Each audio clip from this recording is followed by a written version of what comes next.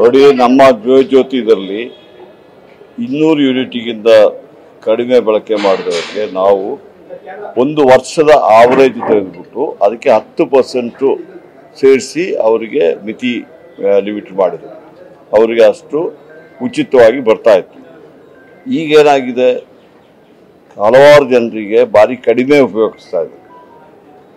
ಅದರಲ್ಲಿ ಏನಾಗಿದೆ ಅಂತ ಹೇಳ್ಬಿಟ್ರೆ, ಈಗ 28 ಯೂನಿಟ್ 20 ಯೂನಿಟ್ ಆಗ್ಬಿಟ್ರೆ ಬರೀ 2 ಯೂನಿಟ್ ಮಾತ್ರ ಬರ್ತದೆ ಅವ್ರಿಗೆ 10%.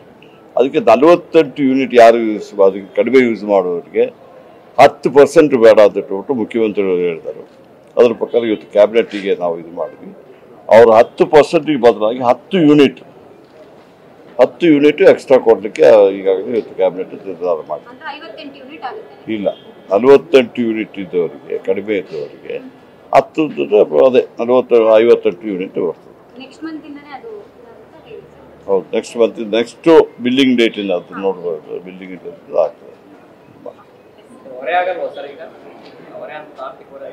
ಹೌದು, ಹೊರೆ ಆಗ್ತದೆ. ಅದರ ಬಡವರಿಗೆ ಅನುಕೂಲ ಆಗ್ತದಲ್ಲ. ಎಷ್ಟೋ ಜನರಿಗೆ ತೊಂದರೆ ಆಗ್ತಾ ಇದೆ ಅವ್ರಿಗೆ 0 ಬಿಲ್ ಬರ್ತಾ ಇರಲಿಲ್ಲ.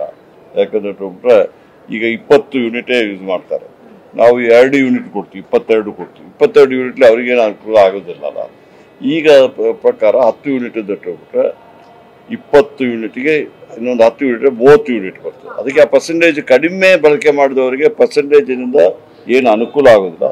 ನಾವು ಜನಸಾಮಾನ್ಯರಿಗೆ, ಆರ್ಥಿಕವಾಗಿ ಹಿಂದುಳಿದವರಿಗೆಲ್ಲ ಸಹಾಯ ಆಗಲಿ ಅಂತ ಈ ಸ್ಕೀಮ್ ತಂದಿದೆ.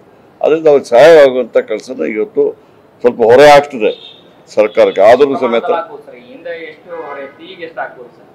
ಈಗ ಒಂದು ವರ್ಷಕ್ಕೆ 500 ಕೋಟಿ 600 ಕೋಟಿ ರೂಪಾಯಿ ಹೆಚ್ಚಿಗೆ ಆಗ್ತದೆ. ಹೆಚ್ಚುವರಿಯಾಗಿ ನಾವು ಕೊಡಬೇಕಾಗ್ತದೆ.